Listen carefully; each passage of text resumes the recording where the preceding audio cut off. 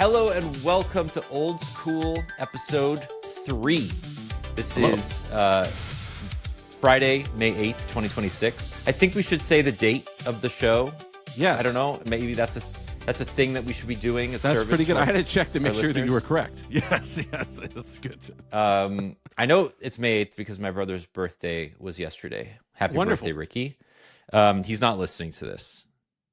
But we went out for dinner last night, and we went for Greek food.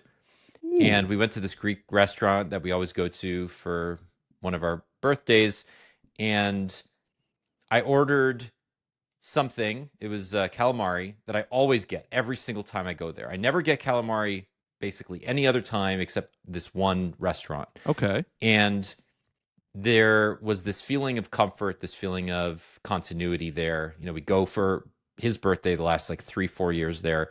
I get the same thing. It feels kind of, it's comforting. It's a routine. And I think that's a good jumping off point to talk a little bit about routine and comfort. This is the kind of the theme of the episode this week. Sure. And we'll start with the Fitbit Air, because I think a lot of what we're hearing about wearables recently is that companies like Apple and Garmin and Whoosh and all these hardware manufacturers have realized that the smartwatch is really just a fitness tracker that does a few more things. And with Google's acquisition of Fitbit in 2021, there's been this slow move to, I would say, de-emphasize hardware in favor of Pixel hardware, the Pixel Watch series, but also make Fitbit into a platform for data, just like an AI-powered fitness platform. Sure. And this announcement yesterday coincided with the announcement that Fitbit's app would be transitioning to something called Google Health. And it would no longer be just a siloed place where it only accepts Fitbit data, but it's moving to be more of a universal platform for all of your fitness and health data, which is why it'll be on iOS as well. The Fitbit Air will be iOS compatible. And Google's really saying, like, look, you can get your workouts in on the Peloton app or the Strava app. You can work out with an Apple Watch. You can do whatever you want, and you can import that data into Google Health, and we will figure out based on Gemini, essentially, it's the Google health coach, what you should be doing. But if you want to wear a Fitbit, that's great too. And I love that. I think that was a huge thing. It's a block for me personally. I want to be able to wear different devices.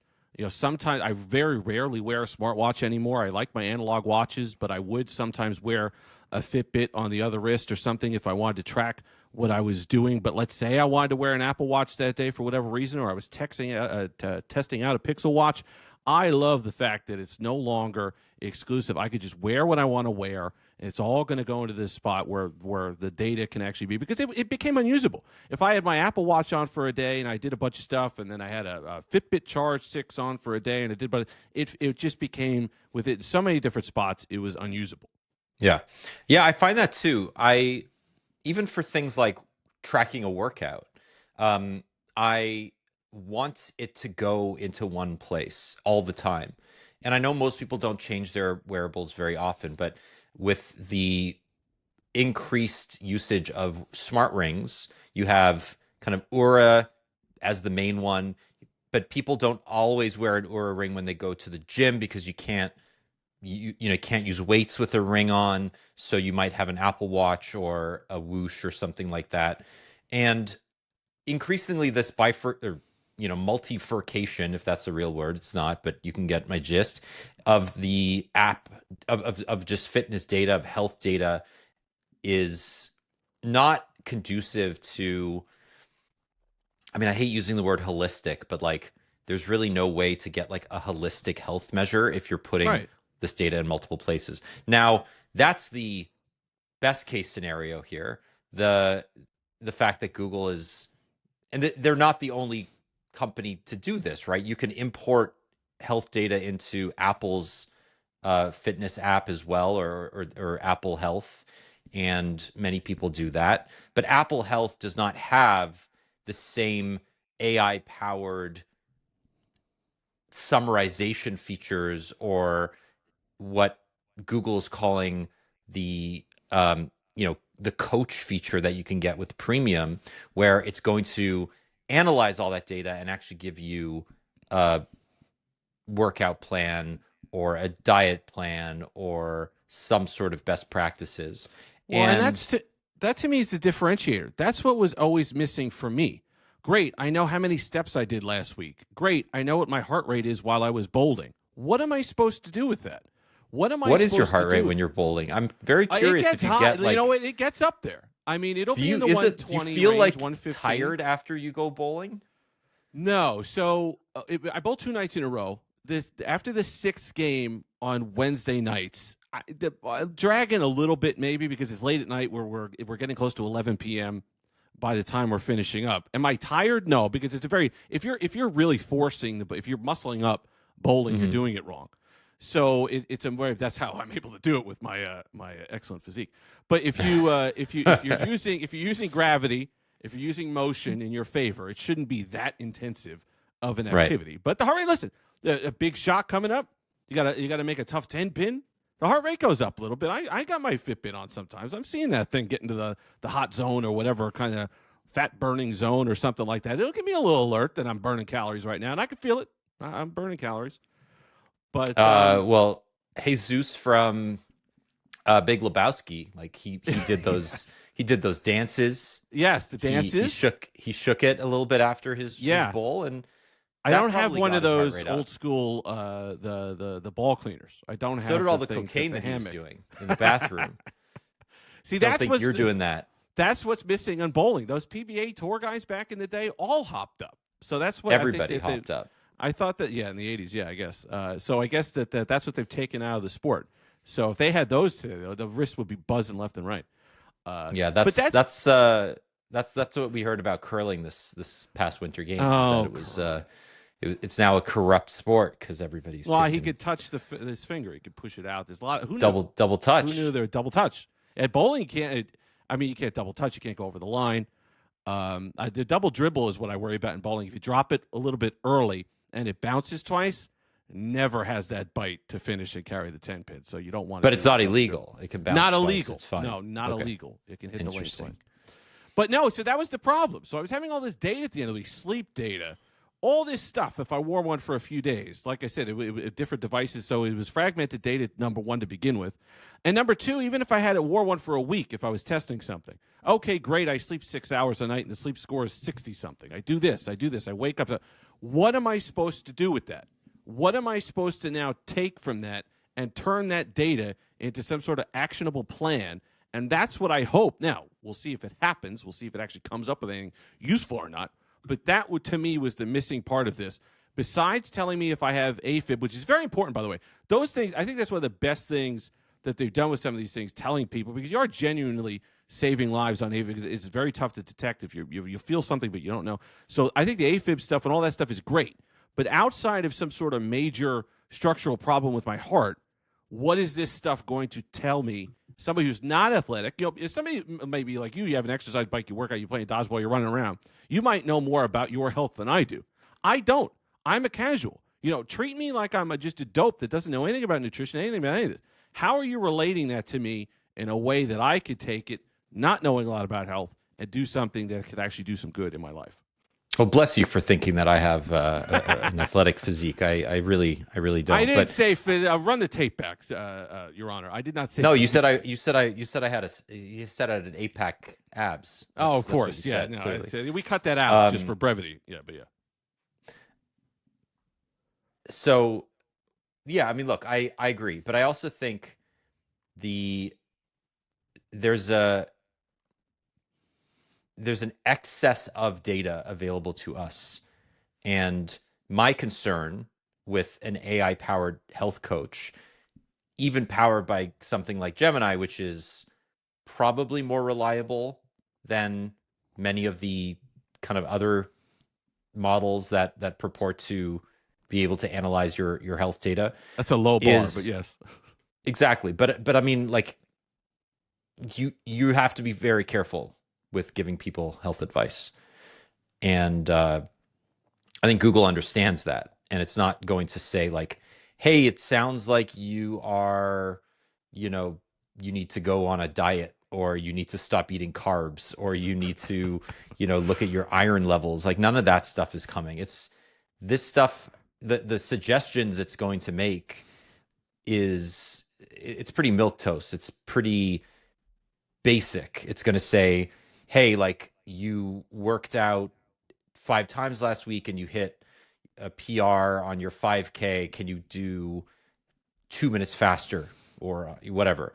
Can we increase the cadence of your workouts? Can we add some strength training 3 days a week? And it's going to give you some sort of plan, and that's fine.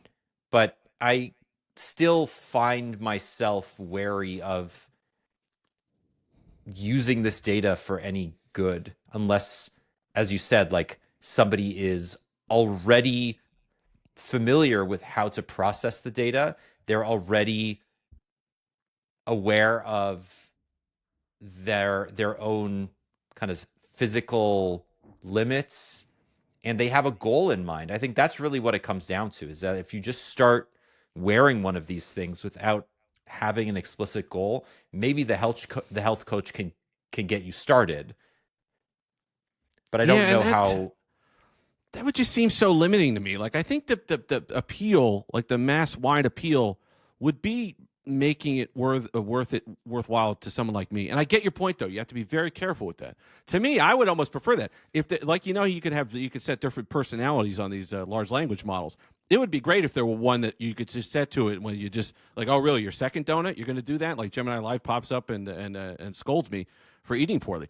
But I wish that, I know it's a fine line. What are you going to tell someone like me about my health who knows nothing, and trying to build out a plan while still being responsible, while limiting some of the limitations that these models have, and not having it be professional medical advice? But I do think if there's some way to somehow carry that line or walk that line, I do think it's worth, because I'm not somebody who runs to the doctor a lot. And I know that's another conversation. My wife will probably have a heart attack listening to this. I'm not somebody that's getting a blood test every year, even though I should. But how do you help me with that in between, who will be comfortable kind of getting this data and a little bit of making my life and my health a little bit better without, say, the professional medical advice? And Right. some of it, like you said, is too much data. That's true. When I will wear the Fitbit charge and I'll see my heart rate, say, go to 115, that sometimes just knowing it causes it to go to 120. I do think there can be too much data that we can have about our health at once. We're not designed to have a second-by-second analysis of our health. I do think that's damaging. But I wish there were some way to come up with a way for casual users like I think that's where the broad-based appeal is. Fitness people are great. They're going to buy that Garmin. They're going to buy all this stuff. They're going to buy the Pelotons and all these other things. But is that to me seems like a narrow market, or at least a finite market. Whereas if you could crack into people like me, then you'd have something on your hands. Yeah, I think the appeal of the Fitbit, which arguably started the wearable revolution 15, 20 years ago, right? Those early Fitbits where they were very bare bones. They counted steps. They lasted a week. That was the value proposition, that they would sync over Bluetooth to your app. The app would tell you a bit more detail than what was on the wearable itself. And you would just be able to make healthy decisions. It would give you a 10,000 step goal, while the 10,000 step goal has been medically disproven as being anything other than just like a decent number, it's still a good jumping off point. It's better to do it than not. I know what my wife, for instance, will, if she doesn't hit that 10,000 step goal, she'll be a little annoyed and she'll try to get it by the end of the day. Pacing the living room in the evening, just walking around, pace around the room, whatever it means. Like, that number it's a good round number. It's a good jumping off point. Most people, I think, don't change that number. You can change it to whatever you want, but they don't. I mean, the Pixel Watch, its default, I think, is 5,600. Really? So Interesting. it's not 10,000. But anyway, that's besides the point. I think what's interesting about the Fitbit Air, going back to the hardware, is it's $100, so it's very accessible.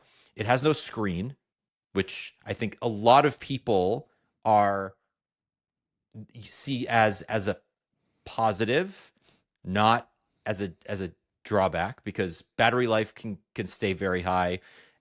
Many people buying one of these things already have either a smartwatch of some sort, an Apple Watch, a Pixel. But I think the good thing about this is that it's a module, right? You take it out of the bracelet, you can put it in a pendant, you can wear it around your leg if you want, if you buy an accessory there. And third-party manufacturers will go crazy with this, because all you need to do is just have it somewhere that can read your heart rate. And I think that in itself is a huge benefit. There's also the aspect of Google has not been a great shepherd of the Fitbit brand over the last few years. No. And I think over the last year or so, as it's overhauled the app and it's introduced the AI health coach in public preview, it has made the syncing more reliable. For a long time, people were upset because they lost their data. The data became corrupted, or it wasn't being tracked properly. There are many, many, many people who are frustrated with Fitbit.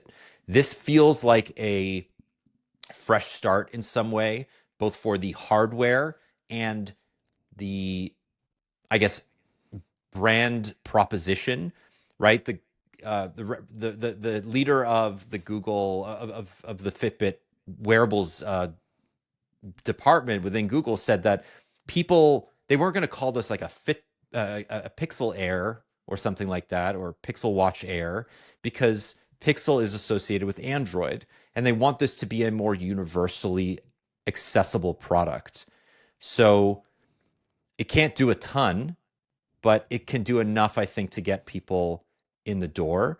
And then it can also be a functional second wearable for a lot of folks. And I think that's great. Yeah, I think I'm going to buy one. Oh, yeah, I might actually as well. And I think that you hit on the big thing. The NFL player, former NFL player, Brian Scott used to say, is the best ability is availability. And if you make something that's light like that doesn't have the screen, which I think you said, like you said, is a big deal, that you could just throw on your wrist, you could throw it anywhere else. There's going to be a million of these cheap bands on Amazon that you could strap into your leg, whatever you need to do. That is going to make it more likely that I'll throw one on, that you'll throw one on, that people will find a way to use it, and it just not even think about it in their daily lives. Just make it a part of their habit and their routine, because you don't have to work it in. I don't have to be like, well, what watch am I wearing today? Am I wearing this? If I'm wearing my Apple Watch, if I'm wearing a regular watch, I can't wear this thing. I got to wear it. None of that. You just throw it on your off wrist, you throw it on your ankle, and you go. And I think that's going to make it easy adoption, and people are more likely to use the thing. I'm in that camp too, like you. Okay, so two things that are also, I think, very good.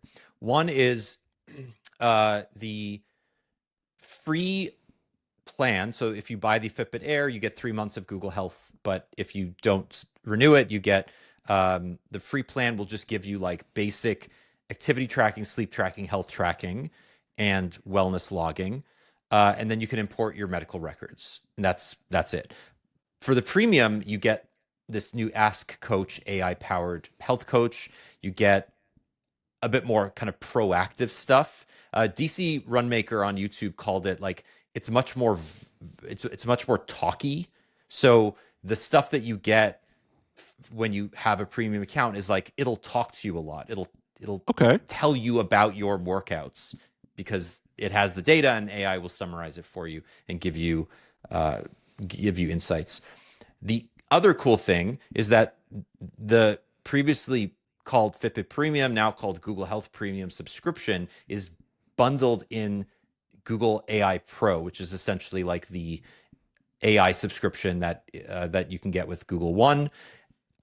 It's still pretty convoluted, but it means that for people like me that already subscribe to AI Pro, you get this included now, which is great. So all Google needs to do is just throw YouTube Premium in with that subscription, and Right. it'll be so valuable that nobody will ever cancel. Yeah, well, you get a discount, right? But no, I agree. And I think this is great. And this ties into a lot of things with what they're going to do with software next week. Google has got to throw its weight around. Start using this reach. There's plenty of downsides. We've talked about them before. But start using it to have a positive impact on the user experience. And I think that this is a great direction for Fitbit. It's been a while, like you said. It's been a long time coming. But throw some of that weight around. If you're going to give us an ecosystem, go ahead and do it. Make it where everything works well together. Everything talks well together. Each one of these packages all links into each other and give us that decent user experience. And I think you're starting to see a little of that. Google, for all the mistakes that Google's made with hardware and all the rest of it down the line, I still don't think Gemini is there, but I do believe the roadmap for Gemini is significantly stronger than all these other companies. I think Google's done the best job out of all the companies out there of listening to feedback, coming up with something that at least makes sense. Whether they get there or not, I don't know. But at least the path makes sense, is clear, and the products are now starting to fulfill that vision. Yeah, I mean, I was thinking about, Google has been consolidating a lot in the last couple of years. And with their acquisition of Fitbit, they maintained Google Fit, which is a separate app that you import data from. That like imports data from various systems but like it was never clear what it was used for, because the Pixel Watch, when it integrated Fitbit a couple of years ago, that data started going into the Fitbit app. So whereas like I have Google Fit because I have a Nest Hub Mini with the that like IR sleep tracking thing, and I've had it for years. So all of my sleep data is in Google Fit, which is bizarre, but it's just been there. It's just like been accruing for I don't know how many years, 5 years now. And I don't know what to do with that data because it's just sitting there. Nothing has I've never received any proactive insights about it. It's never said like, hey, your sleep has improved or gotten worse over the last little bit. Like, it just feels like it's a black box. And what I like about Google Health is it has the DNA of Fitbit, which is a better app, and it's got this AI health coach, which once you import all of your data into it from Google Fit will shut down at the end of the year. You should just have I hope, a one-stop shop for all of your health data. That's unlikely because nothing that Google does is ever as straightforward as that, but that's the idea, and I think the rollout will take a while, but it'll be across several countries in different time frames, and they'll do of course, yeah. How is your sleep? Are you a sleeper? Are you a good sleeper? Yeah, I'm a good sleeper. Really? Yeah. I go to bed earlier now than I used to. I insist on going to bed by like 11 if I can. Oh my God. And my wife likes to go to bed later, but I try to get into bed by 11, if not 11:30. Really? And then we sleep until 6:45. That's like because my son is usually awake about that time. My daughter, she's a little older, so she sleeps in and I have to go wake her up. Right. But yeah, we've got a pretty good morning routine down. I, like most men, I'm assuming, like wake up to pee like once a night, but it's not, it is what it is. I haven't gotten there yet. I mean, you don't wake up every night? No, I mean, the problem is I wake up every half hour. I guess that's the problem. I didn't have to go to the bathroom, thankfully. But now, do you have a nighttime routine? How's your sleep hygiene? Is that what they call it? Do you do an hour to like 10 o'clock? If you're going to bed at 11, 10 o'clock, no screens. You put your blue light filter on. What do you do? What are you doing to get this? Are you doing it just 11 o'clock, just going to bed? No, I mean, it's not. I do nothing particularly noteworthy. Like, I don't stop using my phone. Okay. I occasionally will like remember to bring my e-reader to my room. Like, I try to read before bed every night, but most of the time my e-reader is like downstairs, and then I'm like, oh crap, and then I use my phone to read. But I'm not doom scrolling before Okay. bed. Like I'm never on I'm never on social media before bed. All right. I'm either reading or I'm just like I'm exhausted and I go straight to bed. And I do think that has made a really big positive difference to to the quality of my sleep over the All right. last decade or so, because I left social media 4 years ago now, Yeah, you're all. Yeah. and um and I still go on Blue Sky or Twitter every once in a while. I have Instagram, but I don't actively open them unless I have a work related reason to do so. And because of that, the temptation to scroll on Instagram while in bed is just not there. And that, I think, has made a big difference. What about you? You know what I want to? I'm going to know. Well, first off, I'm going to check Instagram later because I guarantee you there's going to be some Flomax ads or something like that for you on there to help you with your nightly problem. But I go to bed at 1:32. I can't shut my brain off for hours. I try to decompress a little bit at night. My daughter and my wife go to bed very early because she's a toddler, so they go to bed 8 o'clock, and my wife tries to match that. But I two, and I'll wake up by 7:45. What are you doing? Maybe 8. No, I don't know. Nothing. I just can't. Like I said, we talked last week about how I can't find that internal quiet to read or anything like that. Same thing. I'm like doing stuff. I'm either working, thinking of ideas, thinking of videos. I just it's a I don't know. I'm watching sports. I got the playoffs on. I got watching San Antonio the other night. So it's a lot going on, and I don't sleep. I wake up every half hour. I toss and turn, and then I do it again the next day. So that's my. So maybe I need. The Fitbit. You're exhausted all the time. I guess so. Yeah, I don't feel it a lot very often. There are a couple days now I've noticed as I've gotten older that there'll be a couple nights where at just midnight my body shuts off. Like I'll be going fine the whole day, and at midnight I say, "You got to get to bed now." Yeah, like we're shutting down. That never used to happen. It happens a little. Have you ever more. tried like any technology that to help you with sleep, like sleep earbuds or anything like that? No. So I should try that. I think I tried something. I used to have something that was an early version of like a Fitbit. It's the company started with a J. Was it Jabra or something like that? Where the one Jabra. This was like 15 years ago. Or Jawbone? Maybe a Jawbone. Where you wore it on Jabra your wrist. was earbuds. Jawbone was that. I liked the Jawbone. That actually. it buzzed your it was like wrist. a bracelet. Yeah, but it was meant to. You'd set a time, a window where you wanted to wake up. So I'd set like a half an hour window, and it would back then technically claim that it would detect when the best time in your sleep cycle within that window was, and would gently vibrate your wrist to get you up. And it sort of worked, and I would feel kind of refreshed there. Yeah. I guess it's just my sleep cycles and stuff like that are messed up. Right. I think that's interesting because sleep tracking has improved a lot in the last few years. I don't wear a tracker to sleep, but the occasional times that I do to test things out, I notice the data. Again, I'm no sleep scientist. I don't know the efficacy of the data, but like the density of the data is higher. I feel like the insights are slightly more helpful, but just the fact that it gets kind of to learn your habits, and then it can identify the right place in between cycles to wake you up so you're not groggy. I've never really subscribed to that, but I don't know if that's just because I don't have the luxury of waking up when like something on when my you wrist feel like vibrates. You know, I have to wake up. I have kids. They will need to wake up at some point. So I guess I could wake up earlier, and just let it wake me up at. That's what I had to do. 6:33. But at the time I had a 9 to 5, so I had to be in a certain. It wasn't like I could get a half-hour window where I could wake up. I had to wake up when I had to wake up.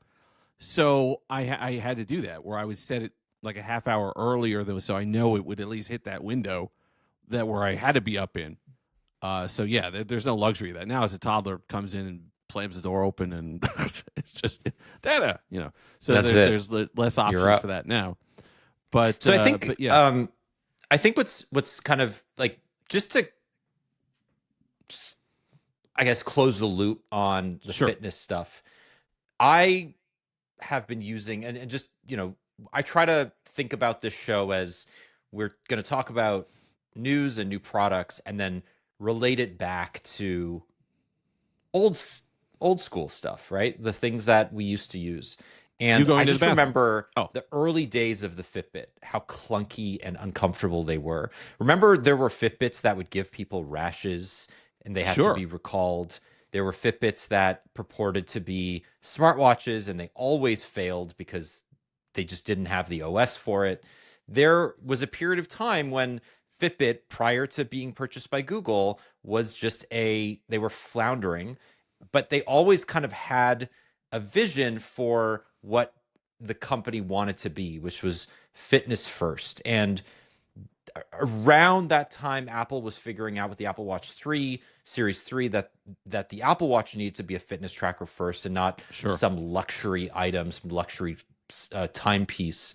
And as battery life got better and chips got more efficient and screens got better and tracking got better and all that stuff, you see the industry coalesce around, we need better battery life, we need higher, better accuracy in our sensors, and we just need an easy way to show users all of this data. And I think that's why Whoosh has been really successful, because it's always been screenless. It's always been Right. That's very the one that focused Rory on, McIlroy wears, like the golfer, like the one I that just believe is so, like a yeah. band, and then yeah, okay.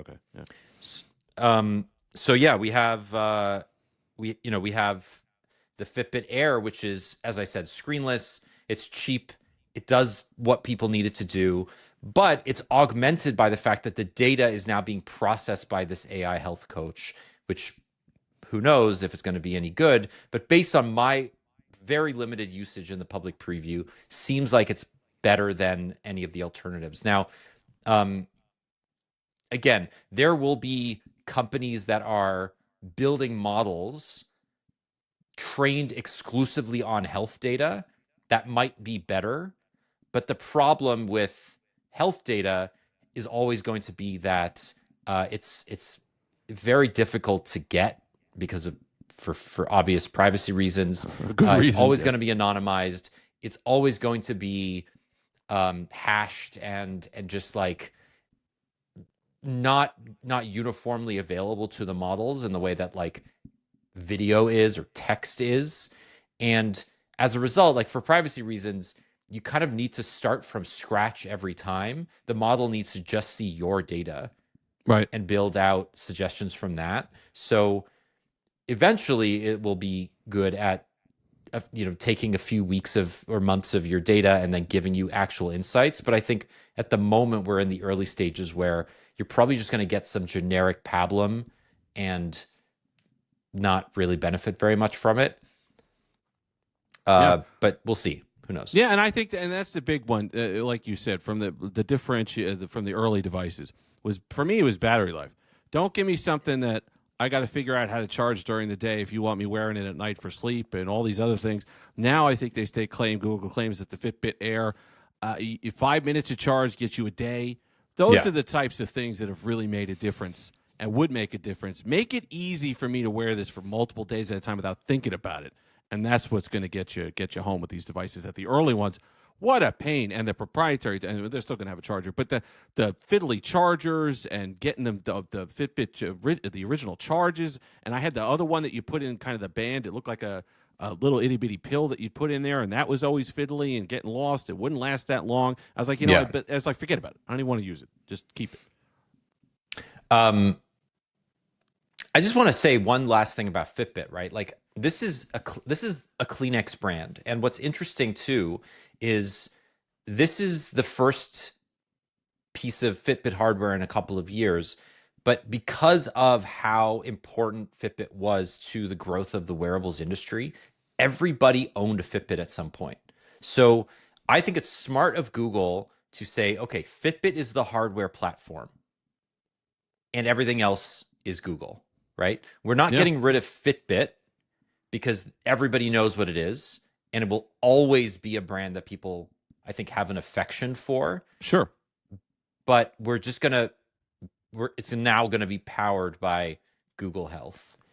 And as Google becomes more AI focused, I think that's the right move. So yeah, anyway, that's that. Where do you want to go next? What your call on we put together show notes this week. Yeah, so we are set to go. I mean, I would go either. There's so many good ones. I really, the one remarkable is just the e-ink tablets, but I do think that the Ray-Ban Metas are these glasses that now record you.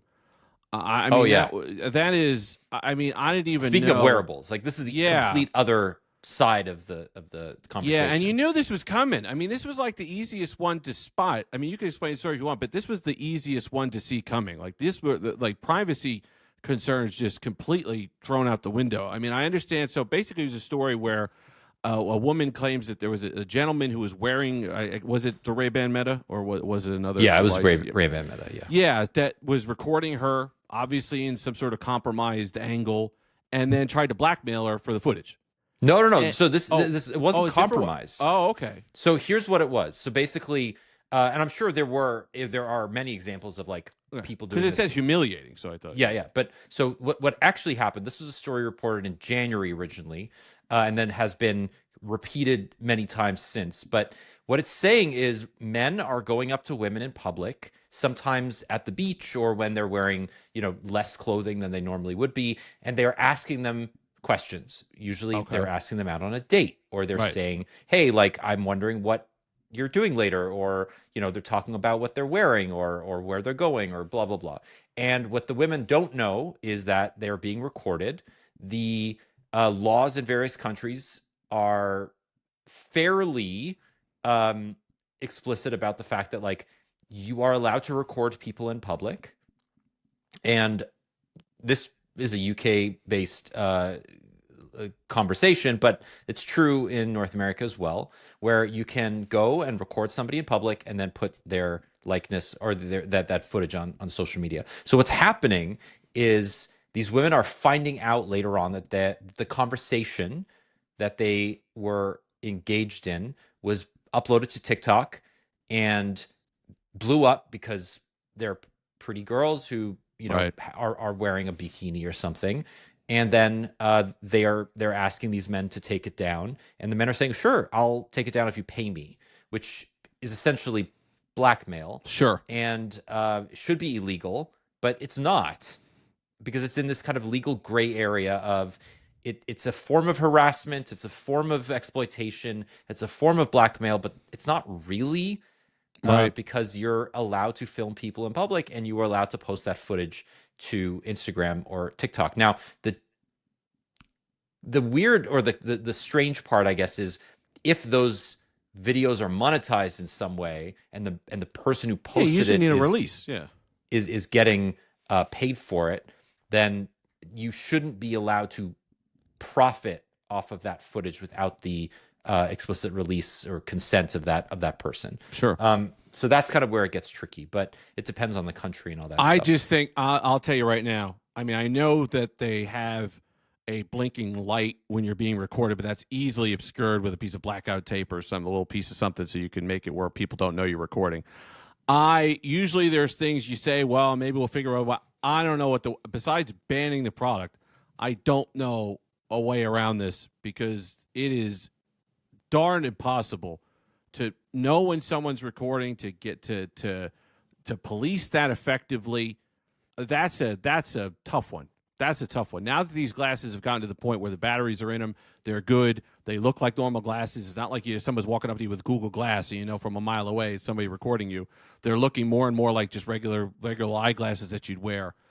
Boy, policing is one thing. The legal stuff will take years, but just from a common sense, somebody walks up to you point of view, it's going to be tough. Right. And often they don't know the person's name. Right. They don't have any information about them, so they can't seek civil solutions to it. And it's, it's just gross. It's like somebody putting a camera in a bathroom, which is explicitly illegal, right? But the difference here is that it's in public, and it's kind of like it's gross in a different way, Yeah. right? And that I It's think is what people are kind of glomming onto here, is that these are very inexpensive tools with yeah. cameras on them, and Meta obviously is the main company behind these, but there are many others. Samsung, there's just a leak this week saying showing that Samsung is about to release a similar product. Right. Apple has been rumored to be developing a similar product, and you can take for granted that within a couple of years, as prices of these components go down, you'll be able to buy a pair of Meta Ray-Ban knockoffs for like $50. Yeah. And you just have people walking around just constantly recording. It's just like having a dash cam on you just all the time. And there's no way you got me on this one, because usually you think, oh, maybe there's a workaround. I don't see any workaround other than just not do anything or answer any questions in public, or not do anything that you don't fully expect to wind up on the internet someday. Yeah. I mean, and that's a bizarre way to live. I mean, we were Also, talking about that like, last week. The thing is, Meta can say that these lights they can improve the lights. Right. Make it where the whole frame like glows somehow or something. But like the that. next day, somebody's going to release a sticker that will just cover the lights. Right. You know, it's not like Right. it's a physical product. You can augment it with whatever way you want. Right. This really does need to be a criminal act. Yeah. To deter people. Otherwise, you got to make it an example, like the swatting craze when those kids were all swatting each other on Twitch and stuff like that, where they were calling in a fake murder or something like that and having the police come in and Right. whatever. They made, because some people got injured, people got killed. So they made an example of one of them. I think it's very difficult to catch them because of the way they do it through VPNs and everything else. They caught one. I think he went away for a long time. So I think that's what you have to do. You have to have an example of just one of them getting caught and doing either a huge fine or doing real time to really discourage it. And you have to be pretty severe with it, I think. Oh yeah, for sure. Well, that's disgusting. Yeah. All right, let's. Where do you want to go next? I think this one's interesting. Airlines are cracking down on portable power banks. So this is a report out of the Wall Street Journal, and obviously, airplanes have a 100 watt-hour limit for batteries. Period. So if you have a laptop that has a battery that's larger than 100 watt hours, you just can't bring it on the plane at all. I think not even in carry-on or checked bags. Right now, you cannot put a portable power bank in the hold at all. That's a pretty common prohibition. But now what airlines are doing, they're cracking down on portable power banks in the cabin, which is going to make it hard, right? People obviously have to bring power banks with them on vacation. Sure, yeah. So what they're saying is, like, we're going to give you limits. I think so. Here's the policy for U.S. airlines. You can no longer store any of them in the overhead bins. You just can't, because there are fires that are starting.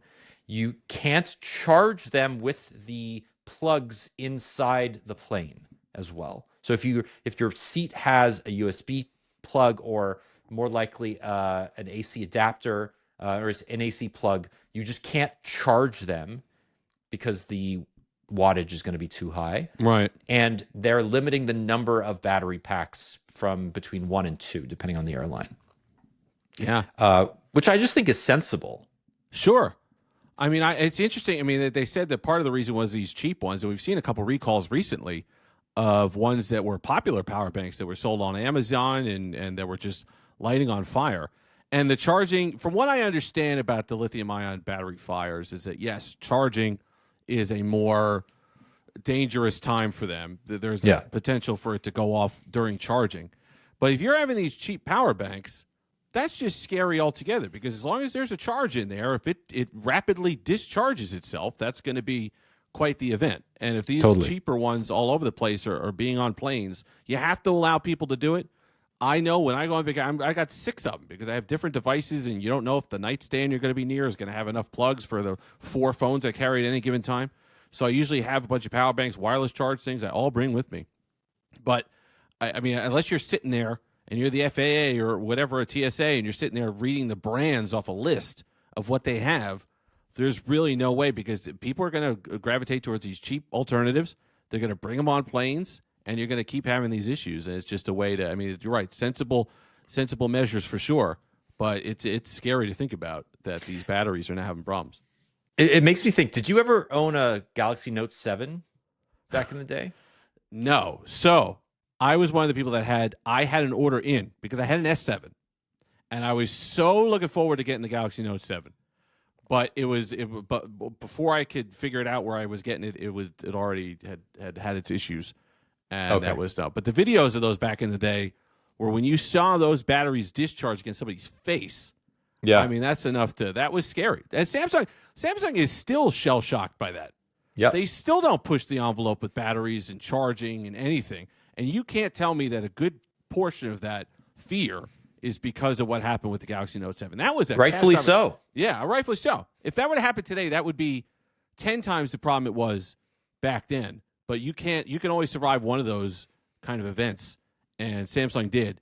But to have it again, so that's why the company Silicon Carbon, I think it's going to be a while before you see Silicon Carbon in a Samsung device. But rightfully so, like you said, the Note 7 disaster was interesting. It left its mark on the company for a long time. I had a review unit that was get picked up in person by a Samsung representative. So they distributed these phones to reviewers, and then when the recall happened, they went to all of our houses to get them.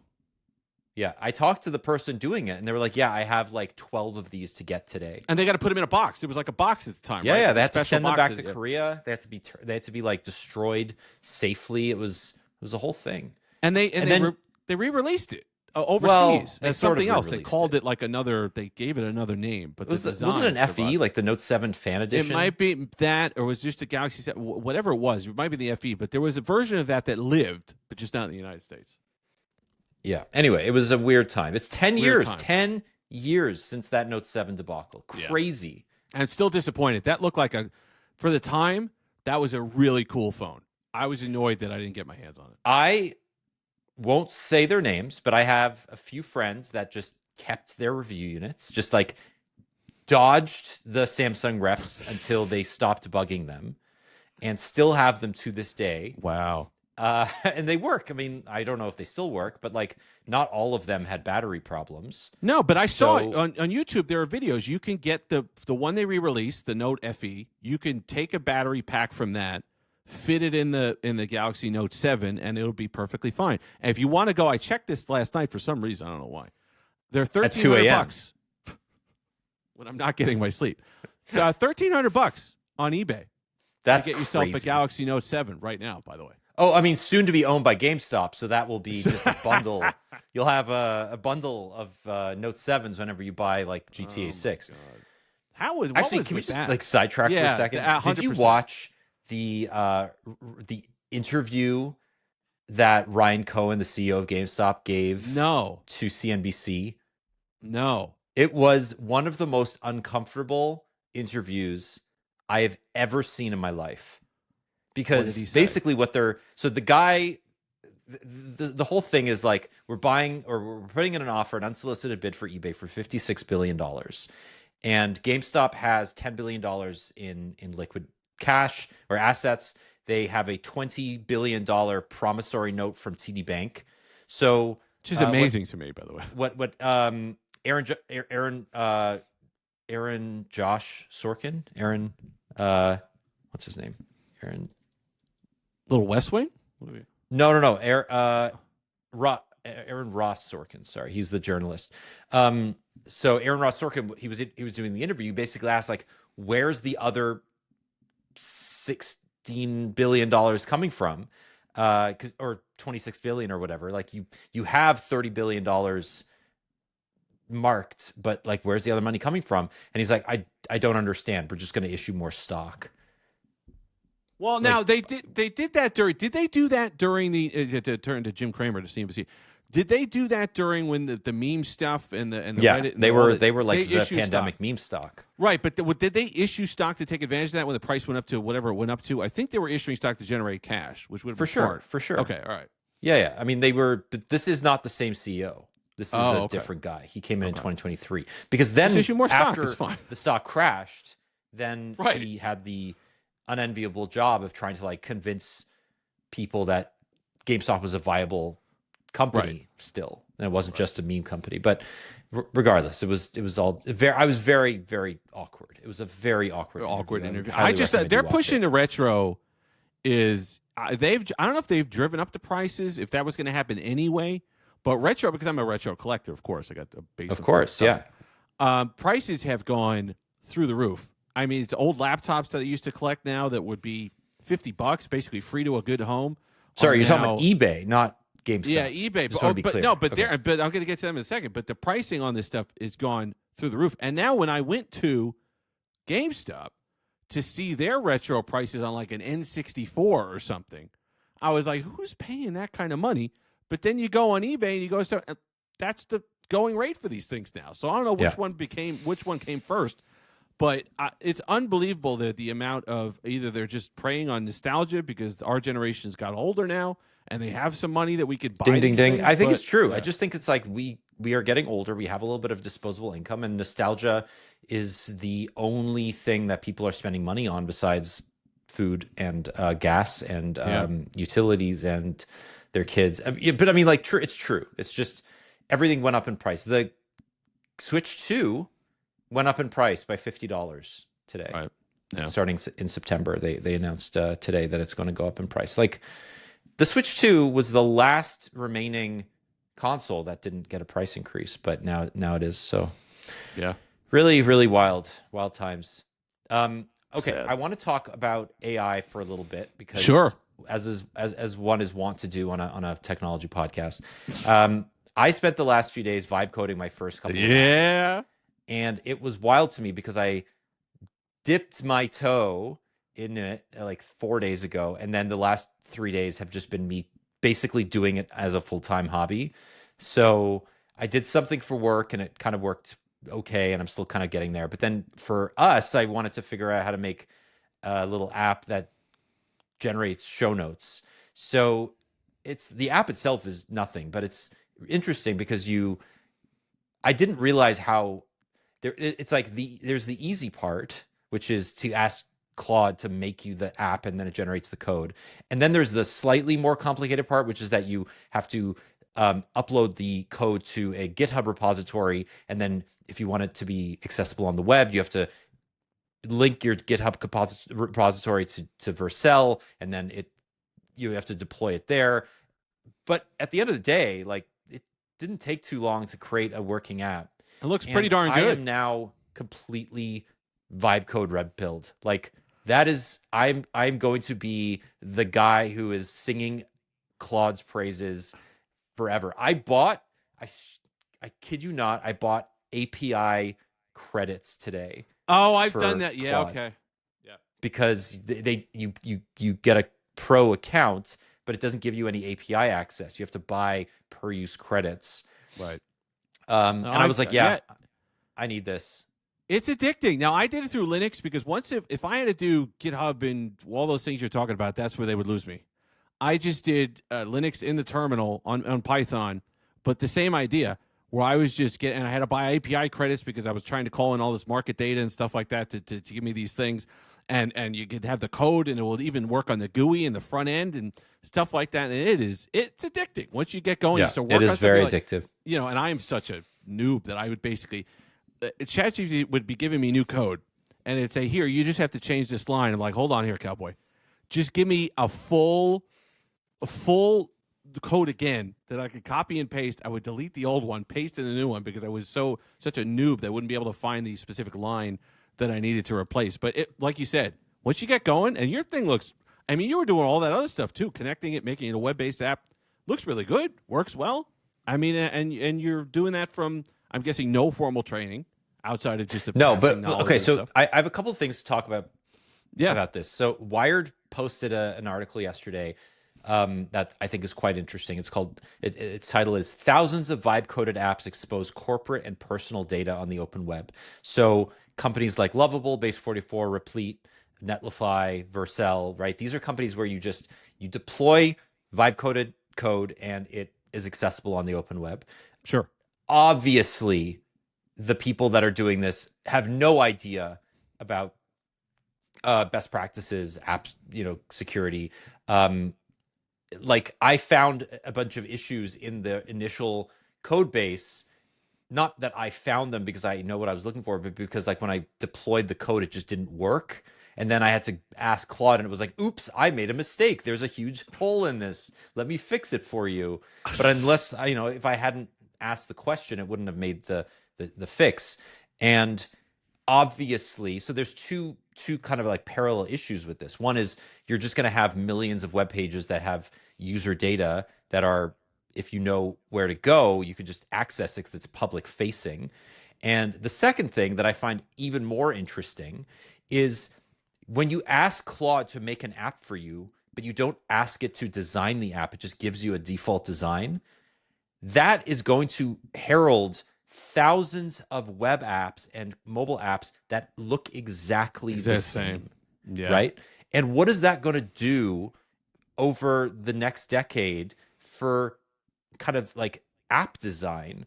Because we already have sort of a WordPressification of media, right? Every app, Yes. every sort of blog entity looks the same. Not the same, but like it has a general format. And over time, we've had Apple and Google releasing updates to the design best practices for iOS apps and material design for Android. But like you're gonna have this whole generation of people creating apps that, for some reason, Claude has just decided this is the way it's going to look. The GeoCities of vibe coding, where you basically just gonna have.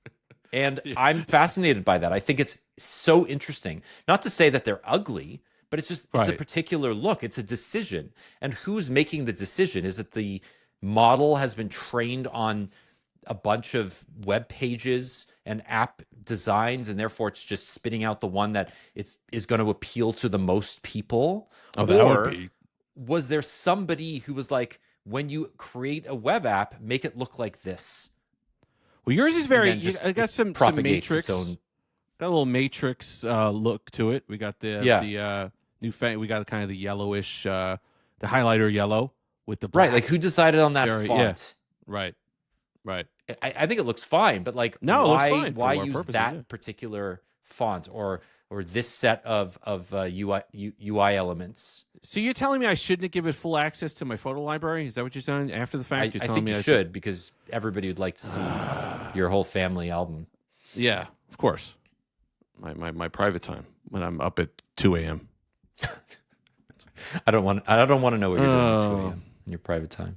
No, it's interesting. All right, let's end there. Yes. I think. What do you have any other stuff that you want to talk about this week? No, I think that's good. I think that was all ties together nicely. We got a few things in there that highlighted the fact that we're old, and I think that works well. We've decided that you are in better shape than I am, but not by much. Not by much. My heart rate during bowling still pretty good. So, I want to say I don't have to get up in the middle of the night. So fair. I mean, I don't see it as a problem, frankly, but maybe it is. I want to thank everybody who has subscribed. Oh yeah, I put out a call to in various places for people to subscribe. Some people have found us organically. We have an Instagram account, so I will post that in the show notes this week. It is OldsCoolPod. And we are available on YouTube. We're available on Spotify. We're available on Apple Podcasts and Pocket Casts. In fact, I looked at the stats, and anybody who's not watching us on YouTube is almost universally listening to us on Pocket Casts, which is interesting. I don't know where people are finding us on Pocket Casts, but I think I'm honored because I listen to podcasts on Pocket Casts as well. And our old fans from the old show found us. I mean, yeah, probably reaching out, they found us. But they have found us. So I love that. Thank you. If you're listening to this, we are so grateful. Very. And the only thing that we can ask, please leave a review anywhere. Spotify, Apple Podcasts. If you can, on YouTube, just leave a comment, like it on YouTube as well. It does help with our with the algorithm and get us out there. Yeah, engagement. That's the word. And we will talk to you next week. So thank you for listening. Bye, everybody.